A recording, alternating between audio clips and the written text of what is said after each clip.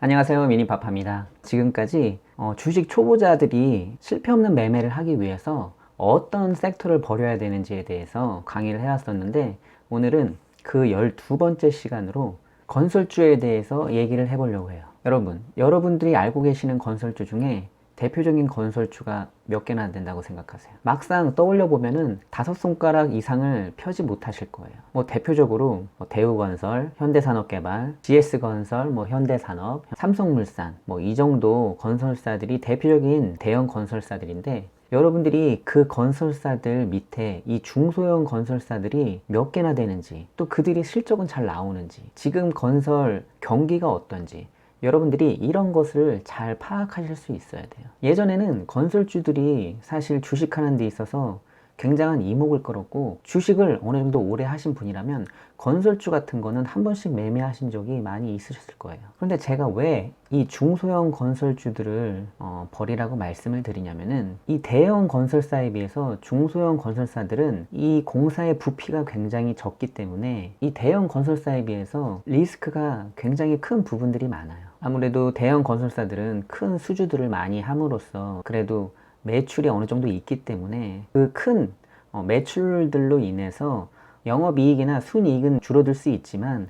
그래도 매출액이 어느 정도 보장돼 있기 때문에 버틸 수 있는 힘이 있어요. 근데 반대로 이 중소형 건설사들은 이 자본금도 별로 없거니와 이 수주를 하는 데 있어서 이 대형 건설사들에 의해서 당연히 뒤처지기 때문에, 건설업이 호황이 아닌 이상은 중소형 건설사들이 버텨내는 데는 한계가 있을 수밖에 없어요. 또한 이 대형 건설사들은 건설사의 어떤 규모가 굉장히 크기 때문에 해외 플랜트 사업이라든지 이런 것들로 인해서 국내에서 이루지 못한 수주 같은 것을 이 해외에서 수주함으로써 어떻게 보면은 이 중소형 건설사들에 비해서 여러 가지 다양성이 존재하고 매출을 여러 군데서 발생할 수 있는 여건들이 많이 마련되어 있어요. 사실 우리나라에서 건설 경기는 한때 호황이 있었지만, 지금은 여러 가지 부동산 규제라든지 SOC 사업의 어떤 축소로 인해서 이 건설사들이 굉장히 힘들어요. 지금 우리나라의 실정상 땅덩어리는 좁고 아파트라든지 토목 건설이라든지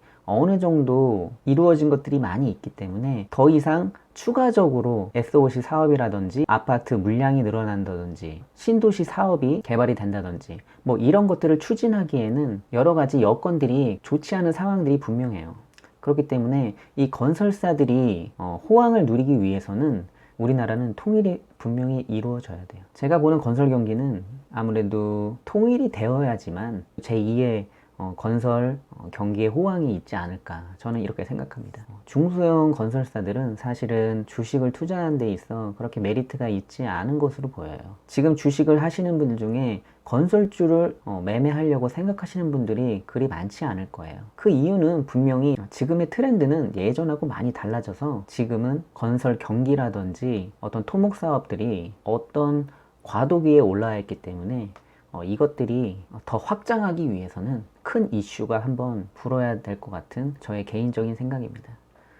아까도 말씀드렸다시피 아마도 남북 관계가 좋아지고 여러 가지 서로 간에 좀 교류가 있으려고 하는 그런 분위기가 형성되어진다면 분명히 건설 경기도 호황을 이룰 때가 분명히 있을 거라고 생각합니다. 그래서 그때 건설주를 매매하셔도 늦지 않다. 하지만 지금 중소형 건설주에 투자하는 것은 그리 좋은 투자는 아닌 것 같고, 정말 건설주에 투자하고 싶으시다면 이런 중소형 건설주 말고 대형 건설주, 대표적인 아까 말씀드렸다시피 GS, 대림산업, 현대산업, 현대산업, 삼성물산 이 정도 대형 건설사들을 위주로 바라보시는 게 좋을 것 같아요. 주식시장에서 중소형 건설주는 한 30개 정도 초반에 형성되어 있기 때문에 이 종목들만도 여러분들이 추려낸다면 종목을 압축하는 데 있어서 그래도 조금이나마 도움이 되실 거예요. 오늘의 강의를 정리하자면, 건설주는 대형 건설사와 중소형 건설사로 나뉘는데,